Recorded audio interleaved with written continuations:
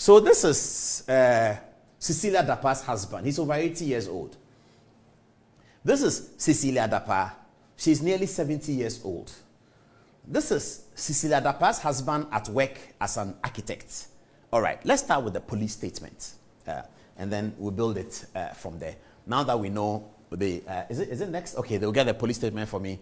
Yes, so here is the police statement. So earlier today, after all the drama of the OSP, now we have a second story about the OSP and his activities. And don't take it personal. OSP is my friend. I'm older than him, but I call him senior. Not too long ago, I was in a long conversation with him. So I know him. He's a good guy. He said that he's a good guy. What I'm going to talk about has nothing to do with him personally. It has to do with the way the OSP's office operates, and I'll deal with that coming soon. Now, very, very soon.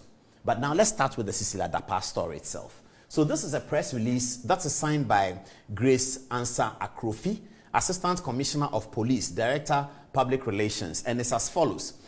Police submit case docket on investigations into a case of stealing reported by Mr. Daniel Osei-Kuffour and Honorable Cecilia Dapa to the Office of the Attorney General. So the police have submitted a docket. It says, 1, following a case of stealing reported to the police by Mr. Daniel Osei-Kuffour and Honorable Cecilia Dapa, former Minister for Sanitation and Water Resources, the police initiated investigations into the case, arrested some suspects, recovered some of the stolen items, and arraigned the suspects before court.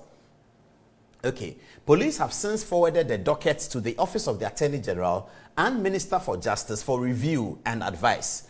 Grace Ansa Akrofi, Assistant Commissioner of Police, she signed it. Okay, so there are a lot of questions that we'll try and answer tonight. Now, what we are going to do tonight is not against anybody, and it's not in defense of anybody. It's to share with you the facts as has come to us. We will put a connotation on the facts as we are wont to do all the time. And then you can interpret that connotation the way you want. But everything that we're going to tell you here is true.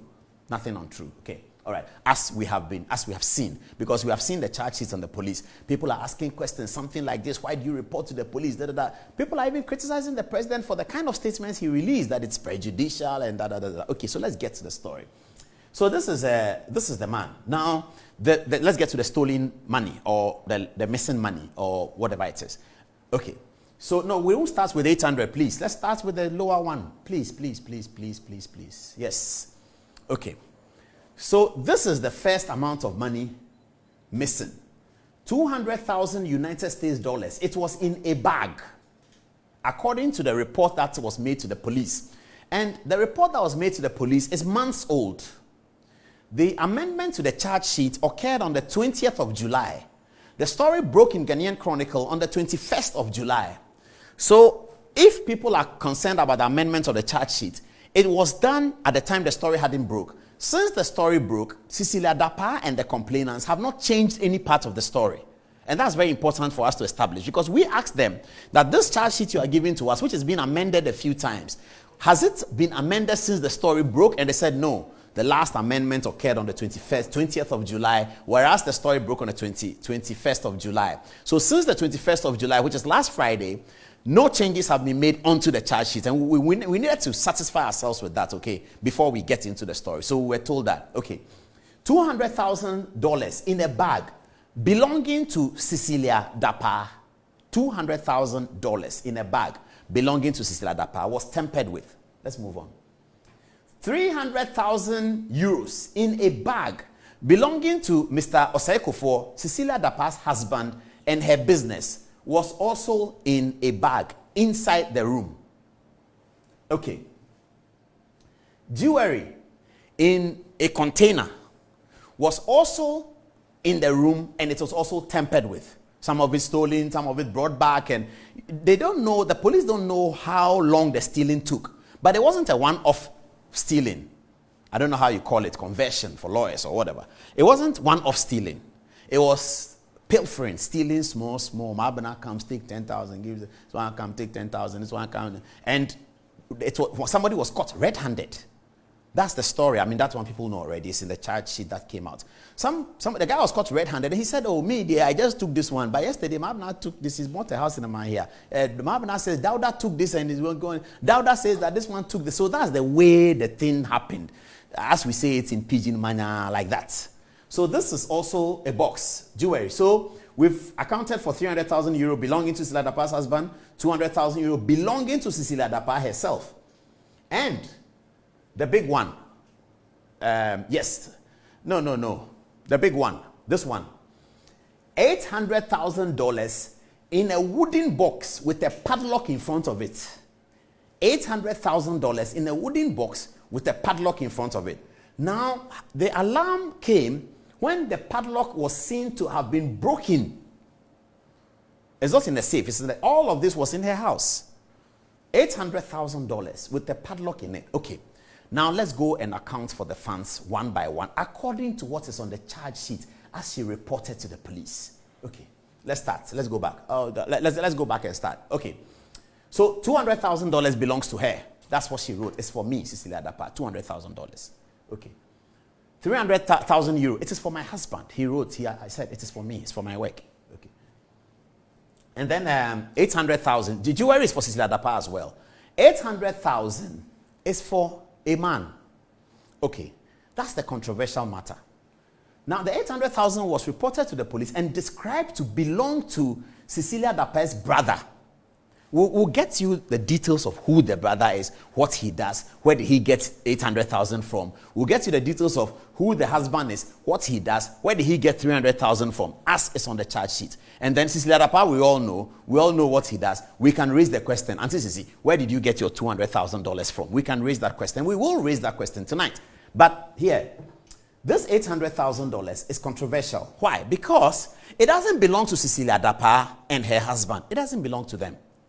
The $800,000, according to what Cecilia Dapa wrote to the police, which is in the charge sheet right now as I speak to you, if you get the charge sheet, it is there. And it was written months ago. It is for her brother, who died, unfortunately, at age 60. Before the brother died, she had given this amount of money to their mother. That their mother should keep the money because he was going to use it for an enterprise. I'll show you the brother's profile and you will see what he does, and then you can understand and you can make your own decision whether he could have $800,000 or not. People in Kumasi know him very, very well. Okay. So that money was given to Cecilia Dapa's mother before the man died. When the man died, Cecilia Dapa's mother called her and said, your brother's money, the one he gave me for the purpose of, I'll show you the purpose as I talk the story, for the purpose of XYZ, is still with me. I think I should hand it over to you for safekeeping. So Cecilia took the money with the consent of the other siblings, the consent and concurrence, if you like. With the consent and concurrence of the other siblings, she took the money. Okay. So now the money is with her. Then her mother, who gave her the money, also unfortunately passes. And those who know Cecilia Dapa know that she had two funerals almost close to each other. Her brother and her mother. Everybody went to Kumasi for it. President was there. Everybody was there. Okay. So when her mother died, this was still with her. And it was given to her with the consent and concurrence of her brothers. So once this was tampered with, how was she going to inform the other brothers that our brother's money that was given to me has been stolen? She was going to suffer a family integrity crisis. Hence the report to the police. That's why she reported to the police. Because this money is not for her. And the family people know that it is with her. So the other brothers also wrote a statement in the charge sheet. They wrote a statement. The other brothers wrote and said, yes, we are aware that this box was given to Cecilia and we are aware of the contents. Because if she didn't do that, how is she going to tell the people that the money that was given to me, my brother's money, is missing? How is she going to, how is she going to deal with that? It's a family integrity issue. Because you live with your husband, your brothers don't live there. And then you come and tell us that the $800,000 is what? Who stole? Mahabana stole $800,000. Nobody's going to believe it. So it's not all the 800 that was stolen. It's not all that was stolen. But it was broken into by the breaking of the padlock. The seal was broken. So everybody knew that somebody has tampered with this. Now that's why the report was made to the police, so that there will be a public issue. Okay. With that said, let's get to the background of the people. So $200,000 for Cecilia Dapa, 300,000 euros for her husband, $800,000 for the money that her brother gave to the mother. The mother died and handed it over to her. All right.